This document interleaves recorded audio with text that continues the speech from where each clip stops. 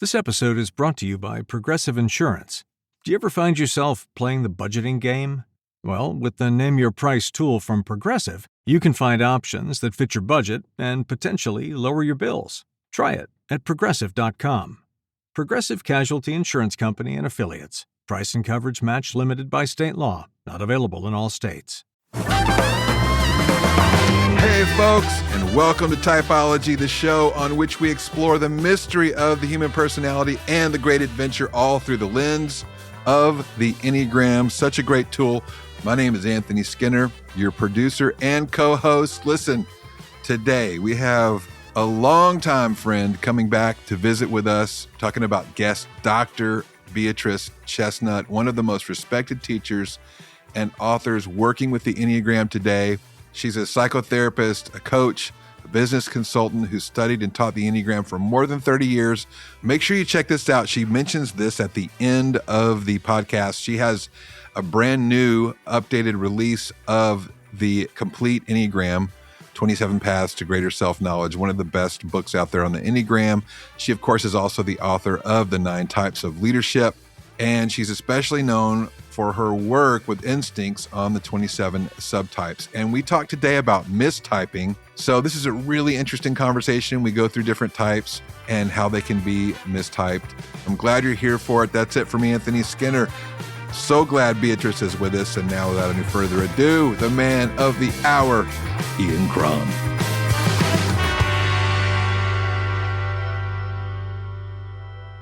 My dear friend, colleague, welcome back to the show, Beatrice Chestnut. It's so good to be here with you, Ian.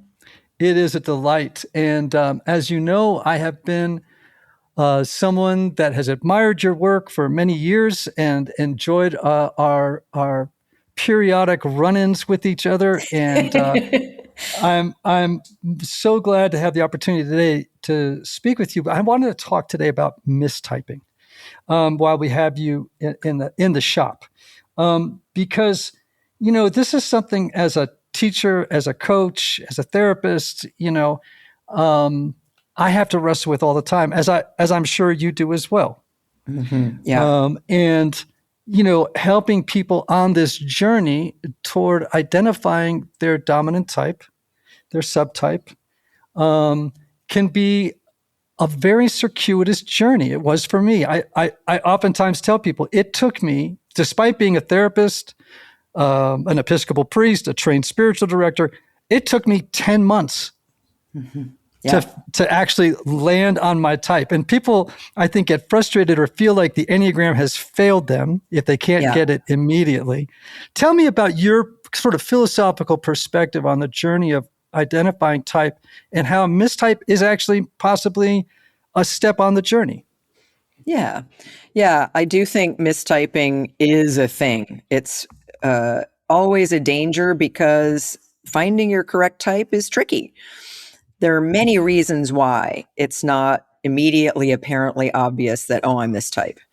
And, a lot of the types can look similar, but the motivation, the deeper dynamics is what's most important. And sometimes it's hard for us to even understand our own deeper motivations, and much less fit them into a description of a type. So I think it's really normal to mistype in the beginning. I think it is a journey, and it's good to think about it that way, of trying on different types and seeing, okay, which is a fit. Because I think sometimes what happens with people is they choose the wrong type in the beginning, or the wrong type gets chosen for them. I do think one reason why a lot of people get mistyped is some authority, teacher, Enneagram expert tells them what type they are, and they kind of passively accept. They think, okay, you're the expert, you must know. But then when they really live with it, it doesn't resonate. And then they also sometimes try to do a little bit of confirmation bias. I think I'm a 9, so I interpret all my experience from that 9 point of view, even though there's a way it doesn't really fit. I don't get that feeling of like, wow, this really illuminates everything now that I know what my type is. And so I think a big part of it has to do with just the challenge, the legitimate challenge that typing represents, of finding yourself in this framework, in this typology, even though these archetypes of the Enneagram are almost miraculously accurate and precise. Sometimes we people don't really know ourselves, or we have trouble relating to one description or another, or someone influential has directed us in the wrong direction. I've seen that a bunch of times. And I do have a policy, and I'd like to know what yours is.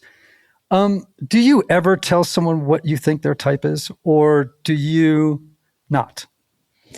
So I don't tell someone what type they are with any kind of authority or certitude or force.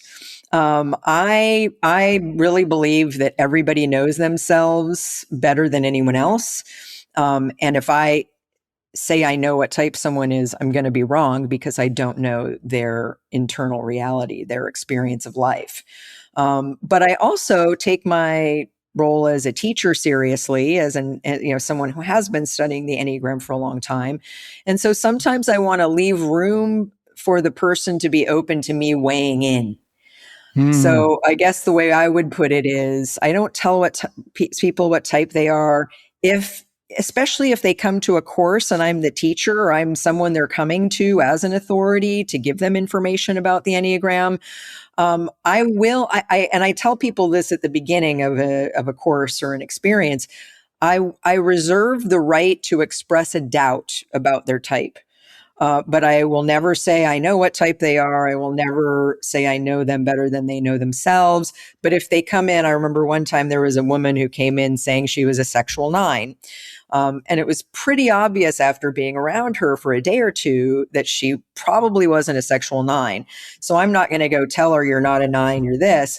But I did raise a doubt. I did say, so would you be open to questioning if this is really your type and trying on a few other types? And if the person's not open, if they say, no, I'm a 9 and I don't want to hear anything about it, then I back off and let that person have their journey in whatever way they are. If they're open, sometimes I always try to point to evidence. Like, here's why I think you might not be a 9, but I always use tentative language. I always present it as a hypothesis, as something I'm seeing, but I might not be right. Because I think the worst thing we can do is force a type on somebody. And I think that's where a lot of typing mistakes comes from, is an authority who's too much in their ego about their capacity to type people. And then they go around telling people, oh, you're not a 9, you're an 8, Well, and the person who I'm talking about, she had a circuitous journey, and it turns out she's not a 9, but I wasn't sure which type she actually was. I was able to sort of give a few ideas, but it's ultimately up to her. And I think we need to leave a lot of room for people's self-discovery, and not impose our sense of what we think. And again, people are sensitive. People do look to authorities for answers.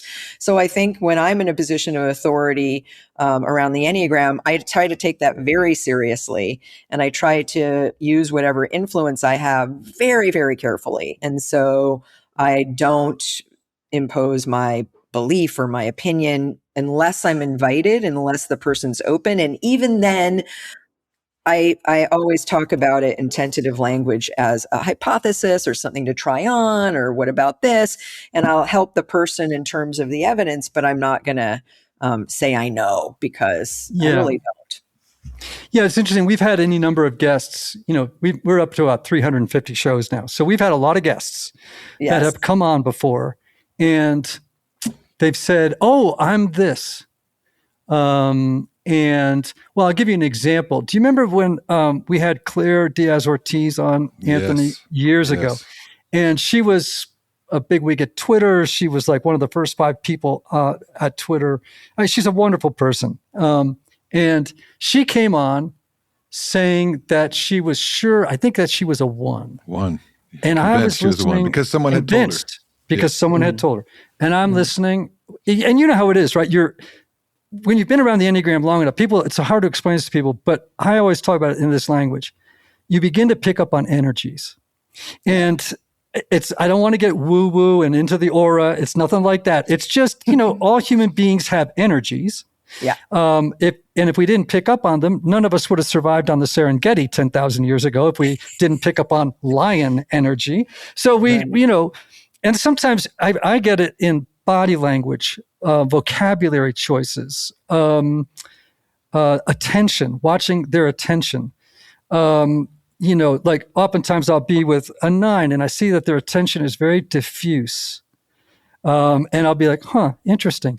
Or, so you're being around it a lot, you begin to kind of pick up on things. I think what I said to her was, Claire, I know you think you're a 1. I'm not saying you're not a 1, but I wonder if it wouldn't be helpful for you to do some reading on Enneagram 3s. Mm-hmm. And she was like, well, sure. And I said, great. I want you just to spend some time on 3 and then come back on the show in 6 months. And she did. And wow. Anthony, what was her response? Do you remember? Oh my gosh. She physically looked different when she came back on. Physically looked significantly different. Yeah. It was amazing. And I mean, it was a huge eureka for her, and it was transformational. Definitely. So she realized she was a 3. Yeah. Yeah. So I like you, what I do with people is I go, I can't say for sure, but I wonder if it wouldn't be helpful for you to take a look at this type, or, or I might say, gee, in terms of your energy, what I'm picking up is a little bit of this, which tells me maybe it'd be worth a look, and where you pose it as an invitation versus a declaration. Because I actually see mistyping, and I tell people this all the time, I wouldn't say it's an exciting part of the journey of self-discovery, but I think it can be a really positive one. Like, oh, this gives you a chance to look at all kinds of numbers now. And maybe I'm being a 7 reframing the negative for a positive here, but I actually do see it as a positive. Like, don't worry, this is going to be okay. This is going to give you opportunity to learn a lot about a lot of different things. And so I think it can actually be can be okay. Do you? Well, now that we've heard the sage wisdom of you both coming in gently and suggesting, let's tell our viewers when you came in the early days and body slammed someone with their type. I don't think I ever did that because well, maybe with my mother. Maybe Anthony remembers something you've conveniently forgotten. Yes. All right. It was with my mother. But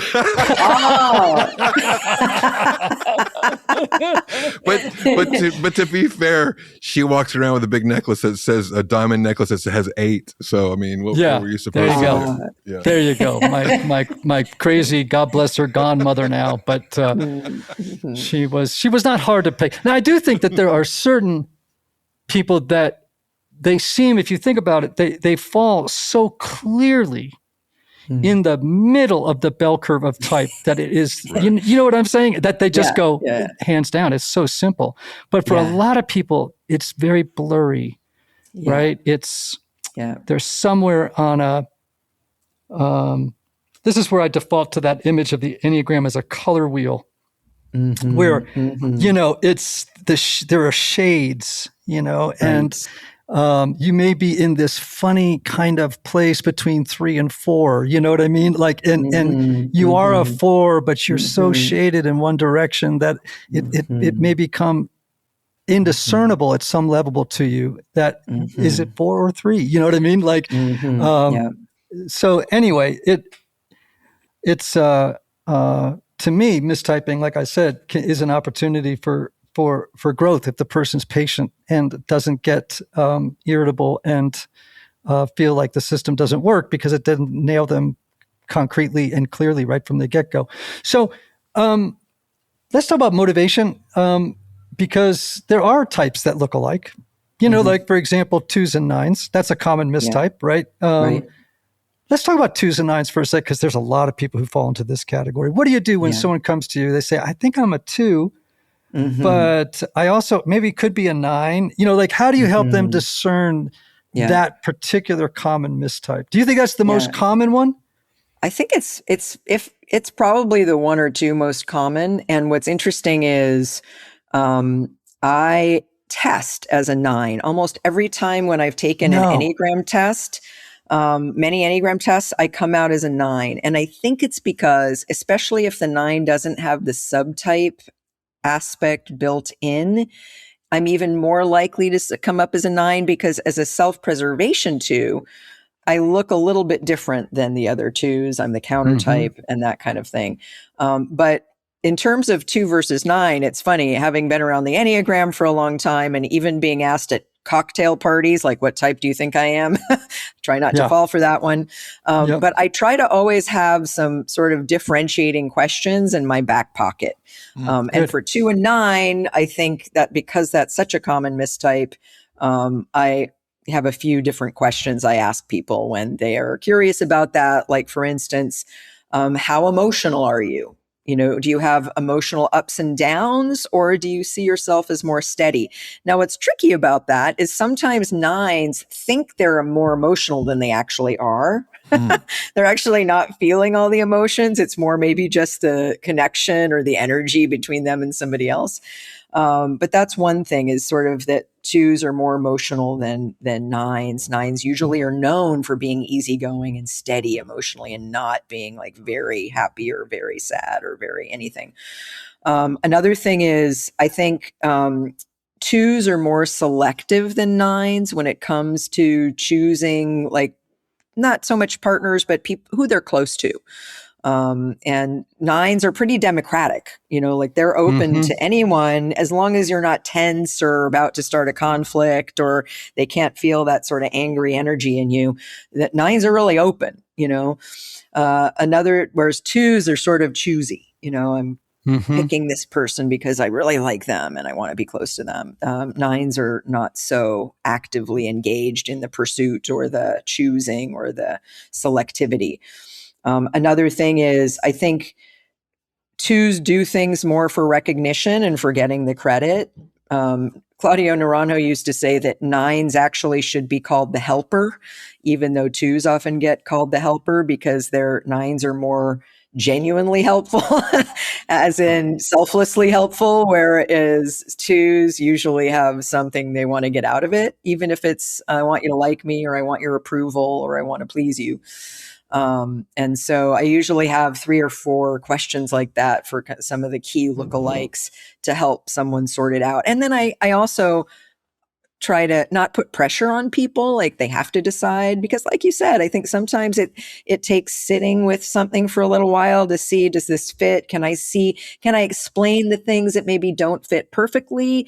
Or are the things that don't fit perfectly a sign that I'm really not this type? That kind of. It's interesting. Two questions came to mind when you were posing that for the 2-9 mistype. One is, I often will ask people how image conscious they are.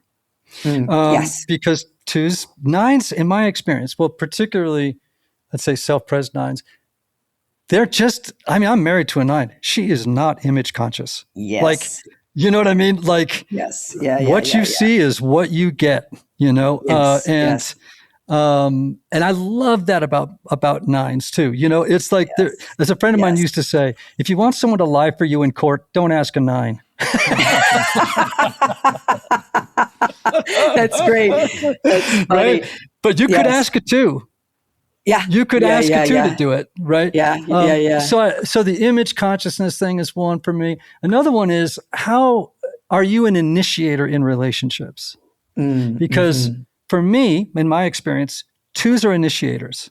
9s, I actually had a conversation with a 9 not long ago, and I was a little, not miffed, but, I had been always the initiator, like calling them, reaching out to them, wanting connection.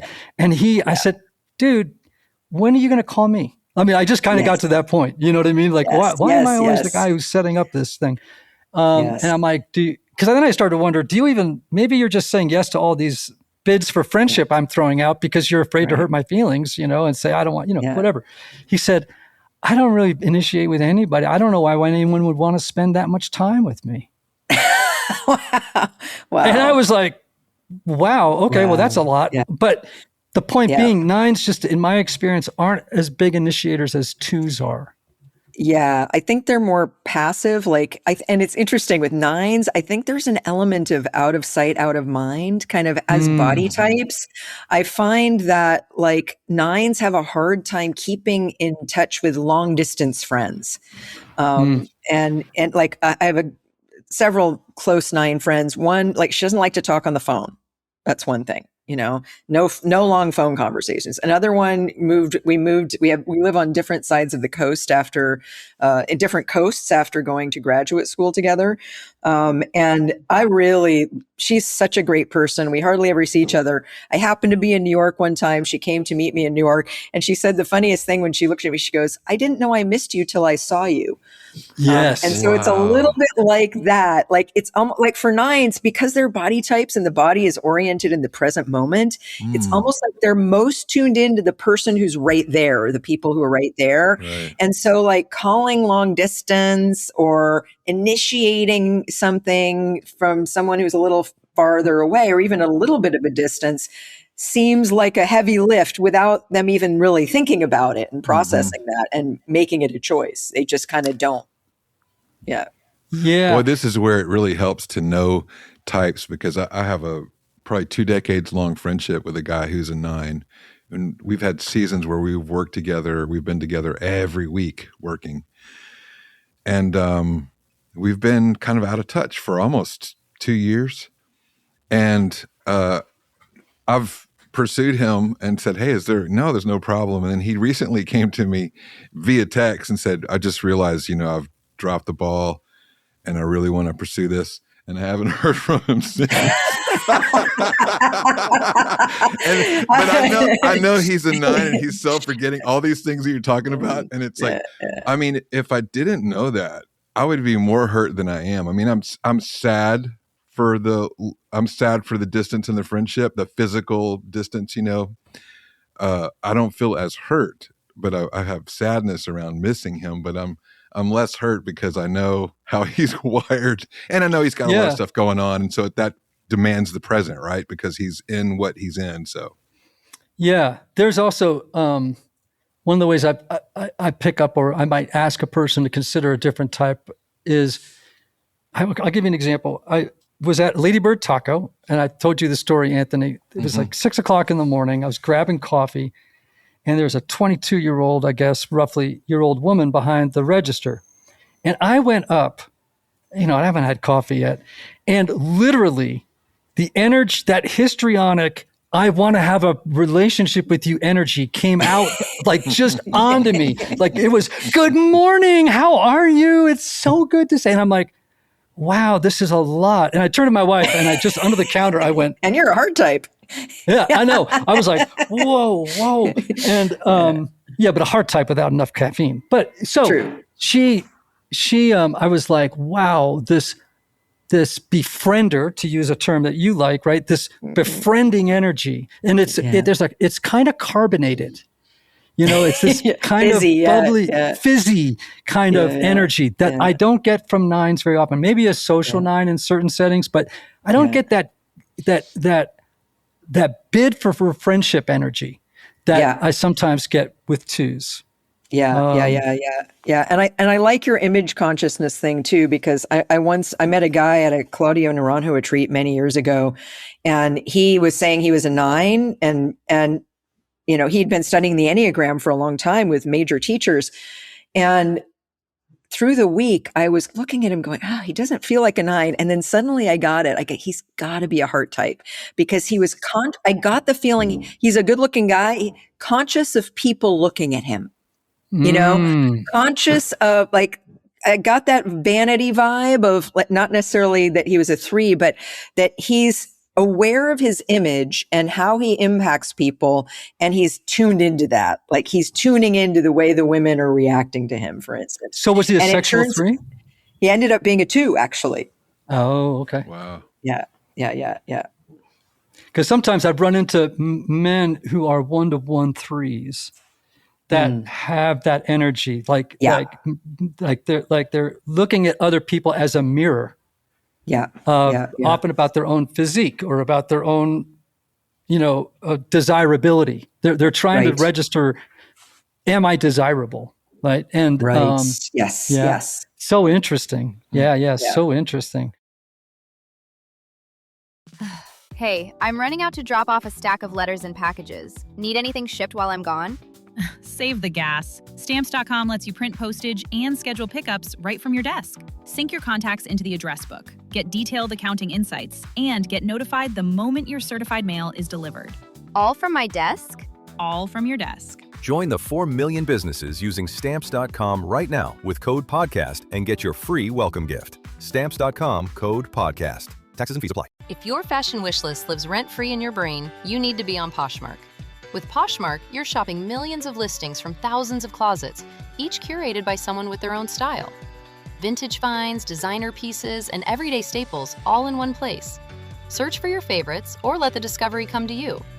Poshmark makes it easy to find what you actually want to wear at prices that feel like a quiet win. Download the Poshmark app today and use code PODCAST10 when you sign up to get $10 off your first purchase. All right. Well, let's by the way, I'm going to just go off script for a second here. Not that we have one, but I'll try. Do you find as you get older, I'm 65 now, and I'm a self-pres 4. I sometimes feel like as I get older and I've done more work, more spiritual work, more therapy, more things like that, I start to go, I feel like I'm morphing into a 9, a healthy 9.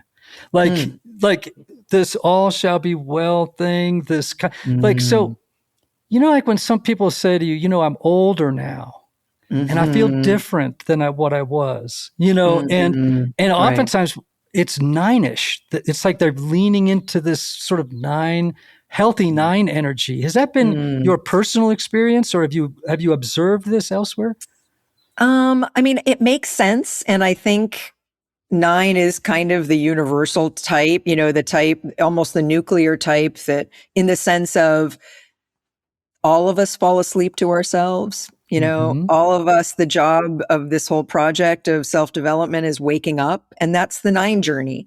So I do think there is something about that you're saying, that 9 is this sort of overarching type. I think what I find more, and here I'm thinking about myself, my own growth path, but also others. For me, it feels more like I'm turning into the opposite of what I have been in personality type. For instance, sometimes people I'm not there yet, but when I'm at my most healthy and in my growth path right now, especially with some of the challenges I'm going through, what I'm finding is when I'm at my best, I feel like an 8. Like it's that second aeroline movement, and it's the more challenging one for me. I spent a lot of years in 4. I feel like I really get 4. I feel like, some people have said, are you sure you aren't a 4? And I really get the 4 experience. And, but now I sort of at some point realized like in the last couple of years, I was too much in 4 because I was, seeing things kind of through a negative lens and in terms of what wasn't happening and things like that. And I've been challenged by life in some ways to be more an 8. And so I feel, and it feels, especially for the self-preservation too that I am, that when I'm at my best, I am not afraid of anyone. I'm not afraid of being kind of a hard ass. I'm saying what I really think. I'm being strong. I'm not doubting myself. And especially for the self-pres 2, whose kind of main goal is to kind of grow up out of a sort of more childlike stance or way of being, I really feel like my growth is sort of this opposite place of fully adult, not taking any shit, calling out stuff when it happens, being a little more of a badass. That sort of felt like where I'm at my healthiest. So for me, it feels a little bit like this opposition. Like if you think about it, all the types are the opposite in essence than they are in personality. So I think when we're feeling like, wow, I used to be really different. And I also think it's a law of three thing where sometimes we need to go to our opposite before there's a kind of reconciling that's coming in and allowing us to be, sort of a higher power to help us be the best we can be, which is a little bit of a reconciling between, either like for me, a 2 and a 4, a 2 and an 8, or the 8 is the reconciling force between 2 and 4 for me. Sometimes I think of it that way, that the second airline movement is really where you ultimately need to go after having integrated a lot the first arrow line movement, the arrow against. So for me, it feels like when I'm feeling invited to be an 8, I feel like more 8s are coming into my life. Like I never had very many 8 friends or family members or anything. And all of a sudden I'm looking around me and like, I've got 3 or 4 8s who are sort of important in my life. Some of them are in like helping roles to me, like a new therapist. And it's like, wow, this is really where I need to go. So that's a little bit more going off script with you, where how I see mine. I'm not turning into a 9. I'm turning into, if all goes well, if all continues to go well, more of an 8. I love that. By the way, most of my favorite women friends are 8s. Really? My mom was an 8. My oldest is an 8, and I have a special affection for women 8s. First of all, they make me laugh my head off. Yes. They just has the ability to say things that no one else will say but want to, and nor do they have the vocabulary to put it in just the right way. I love that. Let's talk about subtypes, because that's a big part of your teaching life, and you've been at the forefront of that conversation. Like my journey was, I always typed as a 3 or a 7. Yeah. If I took a test, I always came out as a 3 or a 7. Yeah. But every time I read about 4s, I'd be like, oh, that's so much more like me, but I don't know if I radiate, the sadness. My envy and suffering don't radiate off me. Yeah. And then I remember, this is 10 years ago, I read your book and you had a line in it. You described the self-pres 4 as feeling unredeemably deficient. I think that was your term. And I literally dropped the book on the floor. And, I was like, bang, there it is. And then, of course, I started learning about how important it was to definitely understand the subtypes of 4 and 6, right? Because those two types, the subtypes are so different, might as well be their own types. So for the audience sake, let's just talk about them for a minute. Let's start with 4s. Because they can get self-pres 4s can get mistyped as 3s or 7s, and sometimes I've seen some social 4s mistyped as 9s.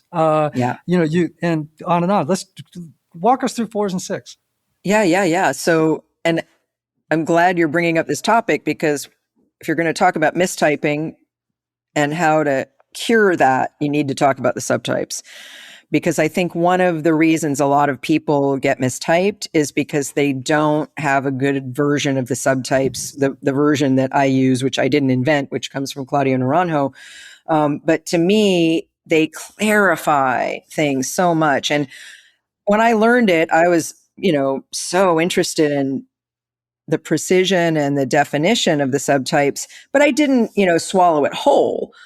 I went around talking about it with people, asking people about it, teaching it, and seeing what came back to me. Like, was this, and it was a complete affirmation of this thing. And one of it, of course, is 4. And I always joke that I almost dedicated the complete Enneagram to the self-pres 4s, because there was no way that anyone was ever going to find their type as a self-pres 4 without this approach to the subtypes. Amen. And even today, people argue against it, but I've taught many workshops and retreats by now of my 30 years of the Enneagram. And self-pres 4s now gravitate toward me. I mean, we'll have like 10 self-pres 4s in a retreat, right? And they're all telling the same story. And so the self-pres 4, and I love how Naranjo put it, and it succinctly, which is the self-pres 4 is long suffering, the social 4 suffers, and the sexual 4 makes other people suffer, right? Which really only means self-preservation 4s internalize their suffering. They hold it inside because they often got a message in childhood that nobody wants to hear about your pain. Nobody wants a sad person around. Like, don't be a downer.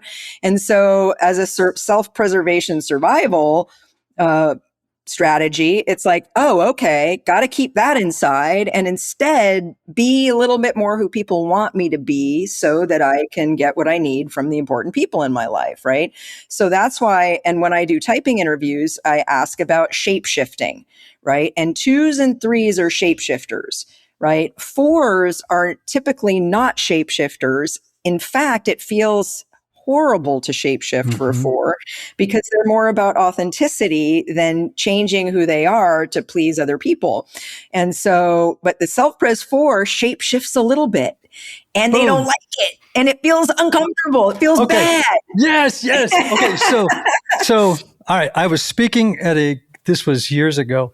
I was speaking at a big conference. There was 10,000 people in the room. And I got up on stage. I did a 30-minute presentation. This is right after The Road Back to You came out. And I did my thing for 25, 30 minutes. And I hadn't walked 10 feet toward the stairs to get off stage. And by the way, it went incredibly well. I should have been ecstatic. And the first thing I thought on the way to the stairs was, well, you sure fooled them, didn't you? I was so mad that I wasn't authentically me, but you know what I mean? Like I was like, see, and so I oftentimes say a self-pres 4 can be a little bit of a chameleon, but they can see it and they know it when it's happening and they don't like it. They don't Whereas like a 3 just does it like on autopilot. It's not, it's unconscious, right? Exactly. They're not thinking about it. It's automatic. Yeah. Right. And the 2s are sort of somewhere in the middle, but they don't dislike it as much as 4s do. They think they need to do it. That's what you got to do to make somebody like you, Wow. Yeah. All right. Social 4. So, and by the way, I would also agree about the long suffering piece and just, personal share here, but I had an 8 mom married to a diagnosed narcissistic alcoholic husband. God bless him. He was very, very, very unwell. And so she was very distracted and she was Irish Catholic to the core. And I used to laugh and say, listen, I could walk into the house with a spear sticking out of my chest. And my mother would be, you're being so dramatic. Everyone's got a spear in their chest. You know what I'm saying? Not much sympathy. No. And I was the little kid that was always journaling, always writing little poems, always writing songs, always, I was a very sensitive little guy. And I was very in touch with, the transcendent. I was very concerned about big questions, which I think confused my mother to no end, right? Where did this child come from? Mm-hmm. And I did learn, like, guess what? You're on your own. There's no one's coming to help you. Yeah. And so the message became, and then also growing up in Greenwich, Connecticut, where everyone has this 3 energy, right? I just learned, like, I'm on my own, deal with my own suffering. And to this day, even in my marriage and in some friendships, it is very hard for me to share what's going on inside. Yeah. Because it's like, sometimes it doesn't even occur to me. Yes. Like, I'm like, who would listen? Like, yes. I was just on retreat and I was thinking about unconscious messages, and I think I landed on the big message of my childhood, which was, and I don't know if this sounds more 9ish, but it was this: you are the only person who has no power here. Wow.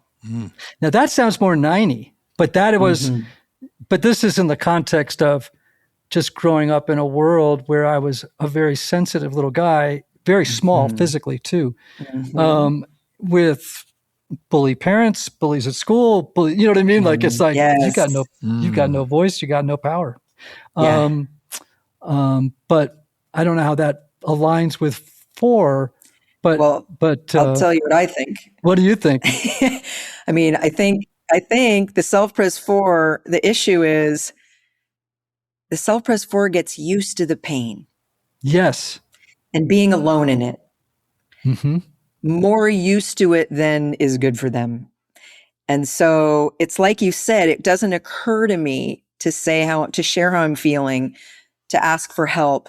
And this is where I think, a big blind spot for self-pres 4s, and the key to helping a self-pres 4 is the blind spot of masochism. Yes. Because the tricky part is you get used to it, right? Yes. And it's almost a survival thing of I nobody's coming to help me. I'm kind of in this bad stuff by myself. I'm feeling bad inside, but nobody's going to see if I'm crying. No one's going to come to me. So I just got to put on a good face and suck it up. But then I get used to the pain, and and again, it's so clear with you and with your incredible sense of humor, that is this way of being in the world where people, find you really interesting, and yet inside you're not always saying how you really feel, and you're carrying that by yourself because it doesn't occur to you to share it, to ask for support, anything like that. And so I once was working with a self-pres 4 in a retreat, and he said something at one point. He goes, I realize I kind of like the pain, and so it's almost, you get so used to it that there's, all 4s have an attachment to suffering, and that's one of their issues. But with a self-pres 4, sometimes they don't realize they're attached to it, because they'll say, yeah, I feel shitty, but I kind of just have to deal with it because that's what I've always had to do. Yeah. The place where I felt safe letting suffering out was in songwriting. Yeah. And in books. So I've written very vulnerably in books about pain, but in the day-to-day of life, it's much more difficult for me. Yeah. And I will say this, I don't know if you've had this experience. When you're known for doing something like the Enneagram or in writing, and you find yourself in groups where people are being very vulnerable, it makes it even harder, because you're like, I don't know if it's safe for me to be vulnerable here. Yes. Yeah. Right. And so it adds another layer of concern. Yes. And so anyway, let's go. Well, let's move on to social 4s, because they're so different from self-pres 4s. I mean, they really look nothing alike. Yeah. So the self-pres 4 is holding everything inside and kind of putting on a happy face, even if that's not how they feel inside, and sort of toughing it out. Whereas and the social 4 is really wallows in the pain. They express the suffering. They can tell you all day about how it's the opposite of self-pres 4. Feels like I don't really share it with very many people. I don't really want to talk about it. It might not be safe. Whereas the social 4, when you ask them, how are you doing? Well, do you want the 30-minute version? And I can tell you a lot about how I'm not okay, and how all the things that are going wrong, and all the feelings I have that are, hard.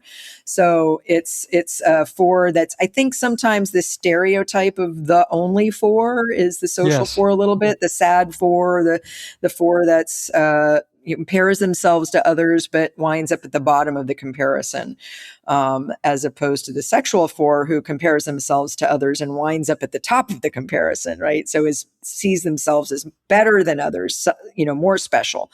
Although, of course, underneath that, there's also a sense of inferiority in the sexual 4, but the social 4 really lives in that. The social 4 kind of takes on a victim role, whereas the self-preservation 4 hates being the victim. And of course, their growth path is in opposite directions because of that. The social 4 needs to stop being such a victim and just take action and do what you need to do already, instead of, just hanging out in the emotion that actually stops you from doing and activating in life. Yeah. And then the one that's a mystery to people, and oftentimes with, and Anthony self-identifies as a sexual 4. So we think about the self-pres as being the glad 4, some say, and then the social as the sad 4, and then the sexual as the mad 4. So tell me about that, because oftentimes sexual 4s will say, "Is there nothing good about me?" I mean, literally, like they're, and I'm like, "Oh." So give a little words of insight for that. Right. And I also appreciate sexual 4s sometimes because they don't see being angry as bad necessarily, right? And it's not necessarily bad, right? I mean, we bring our meaning to it and say, oh, if you're an angry person, that's not good. But actually, there are positive uses of anger. And and it's just a different expression of a similar underlying strategy.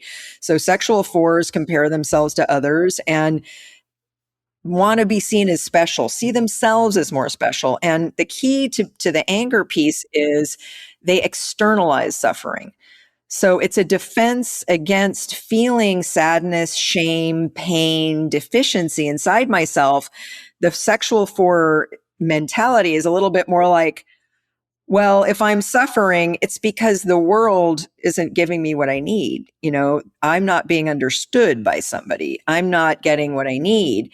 And so I'm going to complain about it. And it's a little bit like the squeaky oil gets the wheel. And I'm going to let people know about my specialness so that they'll see that and they'll see me and understand me better.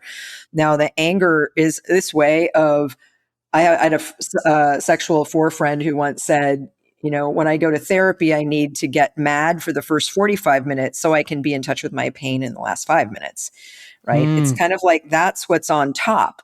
The first line of defense is anger. And so sometimes if you're in relationship with a sexual 4, you just need to let them be angry, right? And the tricky part is sometimes in a relationship, people don't like angry people. So the sexual 4 gets angry and the other person runs away or says, I don't want to hear your anger, which only makes them more angry because they're often angry about being misunderstood, which they often are, right? And so it's this tricky dynamic, but it's no better or worse than any other type. If you think it's worse, it's because you have an issue with anger, not because there's anything wrong with the sexual 4, more wrong than any other of the 27 types. It's just that instead of feeling the sadness, shame, and pain, it's easier, it's more activating, it's more enlivening to feel anger. Now, one of the things I like about sexual 4s is they're great to be in relationship with because they're not afraid of the same stuff that other people in relationship are afraid of. So they're not afraid of having a conflict. They're not afraid of expressing anger. They're not afraid of hearing your anger. So it can be a rich experience to be in relationship with a sexual 4 because they've got a kind of aliveness that comes from being in touch with their anger, and that sort of almost like an ability to stand up for themselves and say, "Hey, you're not seeing me, or you're misunderstanding me," and that's, I think, something that can be very interesting and attractive to connect with in a person. It's like, I'm not going to run away if you get angry at me. I'm going to hear you out, and I want you to hear me out. Interesting. All right, 6s, because 6s are another one. Those two numbers, people got to understand the subtypes, and this is where, again, mistyping happens, right? Yeah. Because sometimes sexual 4s get typed as 8s. Yeah. Or, and self-pres 4s end up as 3s or 7s, and, so forth. The social 4s sometimes end up as sort of depressive 9s, or, it's just... It's it gets a little trickier. So let's talk about 6s, because that's a big one. Yeah. So the 3 6s look really different from one another and have 3 really different growth paths, almost opposite, which is why, especially if you're a coach or a therapist, you need to know the subtypes. The self-preservation 6 is a 6 that copes with fear by being warm and friendly. And it's the strategy of, first of all, if I'm warm and friendly and non-threatening, you won't attack me.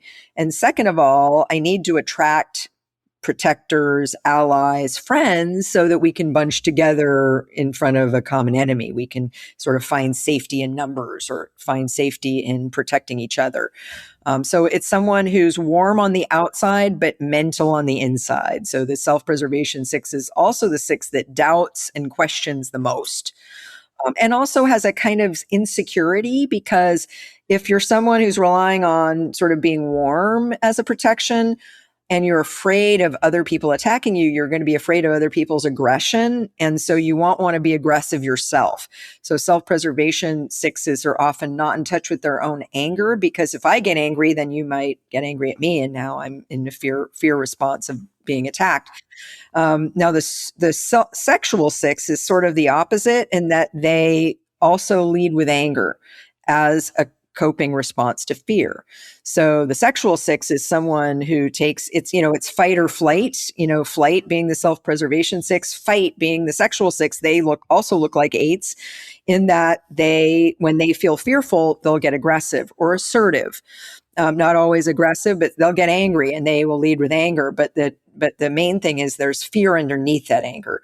And when they need to learn to see the fear and vulnerability underneath the angry reaction, that's not really as scary as it looks. It's intended to be scary, to scare someone off, but there's fear underneath that they're not aware of very often. And so it's the most contrarian of the 3. It's the most rebellious. It's the biggest shit disturber out there, creating, almost making, pissing off the authority figures, things like that. Whereas the social 6 is different again. The social 6 looks a little bit like a 1 or sometimes a 3, in that they are, Narano would call the 3 6s, the self-preservation is the affectionate 6, the sexual 6 is the aggressive 6, and the social 6 is the obedient 6. So the name is called duty. And so it's like, the strategy of the social 6 to cope with fear is finding a good authority. Now, and then living by the rules of that authority. So I'll stay safe because I'm aligned with this authority. And the authority doesn't have to be a person. It can be a system. It can be an institution. It can be religion. It can be an ideology, a particular political ideology. All right. So I'm aligned with this authority, and I get a sense of protection and power from that authority as long as I follow the rules. Now, if the authority turns out to be a bad authority, the social 6 can at some point go against that too, because they're also contrarians. But it's very much it's more duty bound. They tend to be a very responsible person, a very intellectual person, someone who's really thinking about rules and reference points and how to be responsible and get away from fear through being, dutiful and obedient. We were I love this. It's so helpful. Yeah. I was just on a trip with a dear friend who is a self-pres 6, and they are incredibly loyal, warm, and funny, and really funny. Yeah. And also they have a real kind of strength about them. That's really attractive. But I laughed one time. I said, you are very funny. I said, part of that is that your humor is a way of charming the powers, so that that you won't be, your anxiety is generating humor. Yes. In order to charm the authorities so that you'll be taken care of. Right. Yes. And I said, frankly, I don't care where it comes from. Just keep it coming. I'm entertained, so it's all okay. I'm entertained. Keep it coming. I like it. Yeah. And many of our listeners won't remember this guy, but you talk about sometimes people call them counterphobic 6s, but I think about George Carlin, where very funny and always talking about the man. Yes. Always attacking the authority. Yes. Always wanting to bring the system down, and he was incredibly funny, and he seemed fearless in his critique of politics, education, everything. And yet underneath it, there was this anxiety, which made him also very, very his sense of irony, all of it was, but he to me is sort of an icon of that energy. I don't know if he was or not, but he sure looks like one. Yeah, I think it makes a lot of sense. And I agree that sixes often have great senses of humor. I also think Bill Maher is a counterphobic six, a sexual six, Interesting. because he's a contrarian. Like he kind of prides himself on being more independent than belonging to a particular party. And he's always he goes against everybody in it. And he kind of prides himself on that, so. Right. He's also funny, but his contrarian shtick has gotten a little bit old for me. Yeah, but I still think he's funny. Yeah. Yeah. He definitely has I've wondered, he definitely has a push against energy. It's like no matter what it is, it just like he seems to be defying. Yeah. Yeah. And this again, of course, goes back to the very basic level conversation around motivation versus traits, right? Like. Why are you on the attack? So, an 8 may go on the exact same rant, but for an entirely different reason. Exactly. In the case of the 8, there is no fear. Yeah. It's not coming from it's fear. Not generated by fear, right? For the 6, it's that especially for the Bill Maher, kind of types, the counterphobic types, it's like convincing them that they're afraid is very difficult. Like, they really resist that idea. Do you find that 6s, more than any other type, have trouble figuring out their own type? I think they're probably in the top 3, but great. Tell me more. I think 9s have the hardest time finding their type, just because I think they don't have the attention inside themselves. They often don't know who they are. And sometimes they type in terms of who they've merged with or what someone else wanted them to be. And I just think it's hard. I think it's hardest for the types that don't, on some level, as part of the personality dynamic, don't know who they are. Right. So I think 9s, I think 3s also have trouble typing because they may type according to an image that they were trying to fulfill or that a parent wanted them to be instead of being a 3. So those are the types that I would say probably have the hardest, but then 6 might be after that. And again, part of what's tricky is that sometimes 6s don't realize they're coming from fear until they learn the Enneagram, even the self-preservation 6 that's more fear-based, what we might say, more aware of fear when they find their type. And I've always been surprised hearing that from 6s. Like, I didn't realize that my main motivation was fear until I found the Enneagram. I just called it something else, like being a good Boy Scout or being prepared or being a realist, not a pessimist. I'm a realist. Exactly. A realist. Yeah. A problem solver, a troubleshooter, Yes. Yeah. Or, it's interesting. The self-pres 3, the counter type, they're the ones that really have a hard time with it because in my experience, because it's like, until you say to them, you're vain about not being vain. Yeah. And then they go, oh. Yes, that gets it. Yeah. They literally go, no one has ever said that to me before. And I'll be like, you're vain about not being vain. They often will come to me and want to be 6s, right? And I'll be like, I don't think that's what's going on here. Sometimes ones. Yeah. Because they want to be good. Yeah, it's so interesting. Man, we could talk for hours about this stuff. I love it. I know. Can you give some, just in closing, maybe a word of encouragement and counsel to someone who is in the zone of, I've been looking for my type and I can't get it. I can't figure it out. I think it's important to know that you should have a feeling when it's right of like it landing, of like, oh, wow. Like somehow it's almost like everything comes into focus, Yes. Like things get clear. Oh, this explains so much, So one thing I would say is if you haven't really had that feeling yet, I mean, sometimes it can take a little bit because you haven't understood the type yet, or you haven't seen how it fits for you. And it should be said that sometimes a person's history or an experience of trauma early on can can make it a little bit harder also. For instance, someone who has a bigger dose of fear or defensiveness because they've been through a trauma, not because they're a 6, or something like that. So I would say, keep at it until you find the thing that fits. Don't necessarily trust an authority to know you better than you know yourself.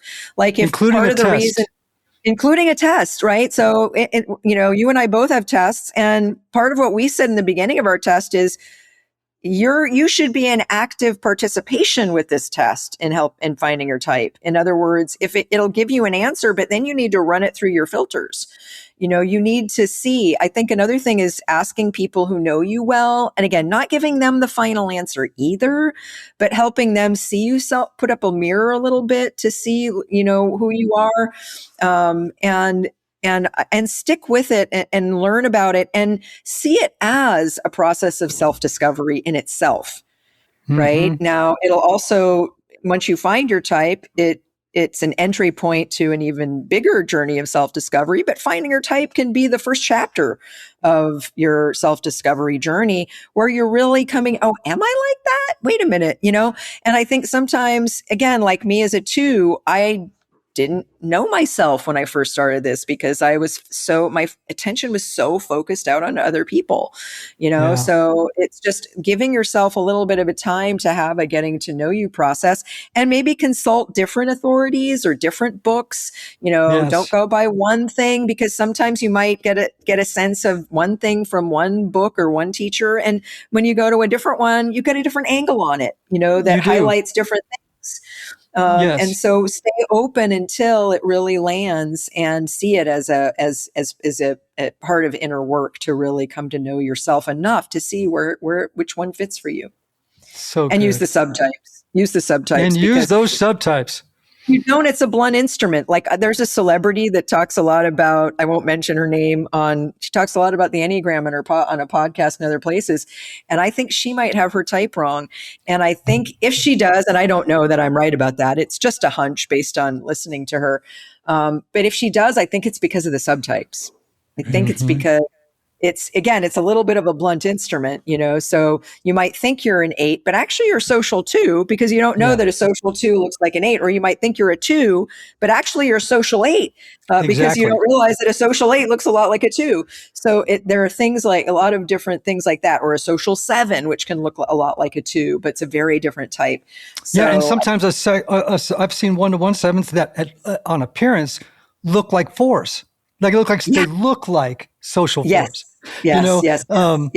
There's an intensity. Yes, and also the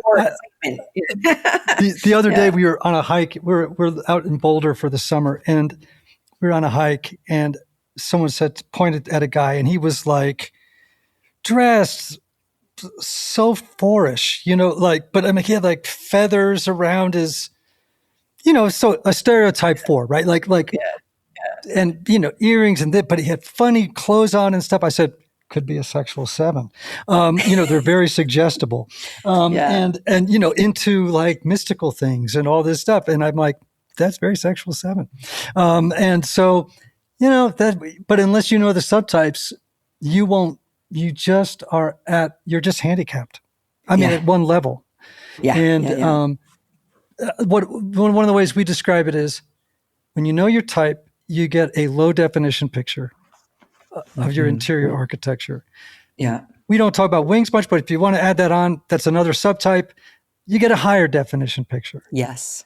Yeah. But when you get to subtypes, now you got 5K or whatever, we've got a much higher definition picture. Yeah. And so all these layers of distinctions start to fall into place. It's like going to the doctor and he goes, when he's dropping the lenses at the eye doctor, he goes, is this clear? Yes. Is this clear? And you go, yes, now I can see it. That's the same thing. So anyway, Beatrice Chestnut, a delight as always. Thank you. It's so good to be with both of you. We could talk all day. It's really, really fun. So fun. Tell folks what's coming up and where they can learn more about you. The complete Enneagram book is being reissued in a new edition by a new publisher that comes out next month. My website is beatricechestnut.com, and there'll be new things, new offerings coming there in the next month. So yeah. So fun. Anthony, good to be with you, brother. Good to be with you. Thanks for being on, Beatrice. Good to be with you. Everybody, may you have love, may you have joy, may you have peace, may you have healing, may you have rest. Until next time.